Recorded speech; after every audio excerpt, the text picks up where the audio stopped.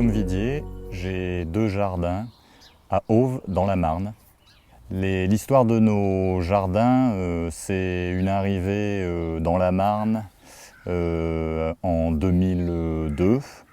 Un premier jardin attenant à notre maison, donc à la maison qu'on avait achetée. Donc le premier travail a consisté à façonner ce jardin et donc à le transformer en jardin d'agrément, suivi d'un potager et d'un fruitier planté. Et donc est arrivé le deuxième jardin, donc qui est exclusivement potager, qui nous permet de produire l'ensemble des légumes courants. On voulait se nourrir et nourrir la famille, mais pas n'importe comment. Et donc le choix s'est vite porté vers des pratiques de jardinage respectueuses de l'environnement. Ça ne se fait pas forcément du jour au lendemain. La gestion traditionnelle d'un jardin est quasiment culturelle. Donc ça nécessite un changement relativement radical des pratiques. Donc la première chose, c'est l'absence d'utilisation de produits, ou la quasi-absence d'utilisation de produits de synthèse.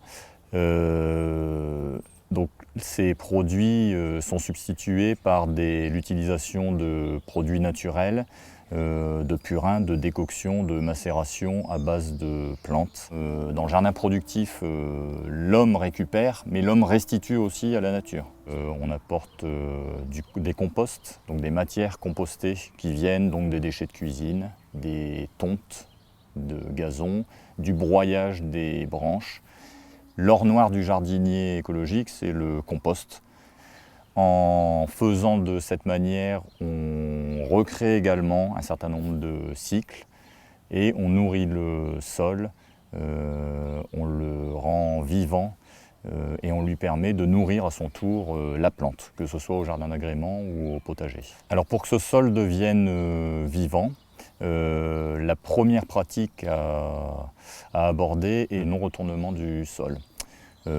Puisqu'en fait en labourant, on perturbe les différentes strates du sol. Pratiquement, la manière de faire pour ne plus retourner, donc on substitue la bêche à des outils qui permettent d'aérer le sol et on utilise une couverture de sol pour limiter les impacts liés notamment à la pluie ou au contraire à la sécheresse, donc par des couvertures végétales, broyat, tonte d'herbe, carton, divers paillages. Donc l'objectif du jardinier, c'est de recréer, dans une moindre mesure, puisqu'on est bien sur des écosystèmes artificiels, mais de recréer ces équilibres naturels et donc de favoriser, tant que faire se peut, les auxiliaires qui vont permettre de canaliser et non pas d'éradiquer. Donc on n'est plus dans une logique d'éradication, de zéro défaut, mais bien d'équilibre où chaque réseau en fait, des chaînes alimentaires qui vont se constituer vont dépendre des autres et vont aussi permettre de réguler les autres réseaux. Le jardinage écologique est beaucoup basé sur l'observation. C'est-à-dire qu'il y a beaucoup d'heures passées à l'observation des légumes, des fruits, pour détecter telle maladie ou tel ravageur qui va s'installer. Donc l'observation et la patience, le fait d'attendre aussi.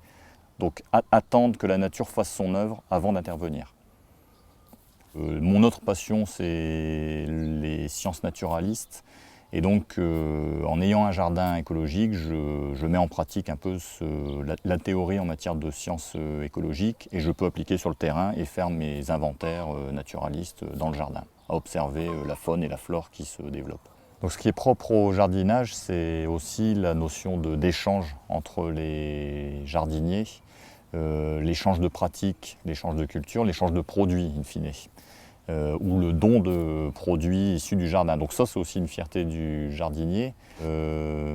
L'une des fiertés aussi, c'est de permettre à ses voisins jardiniers dits conventionnels de changer quelque peu leurs pratiques.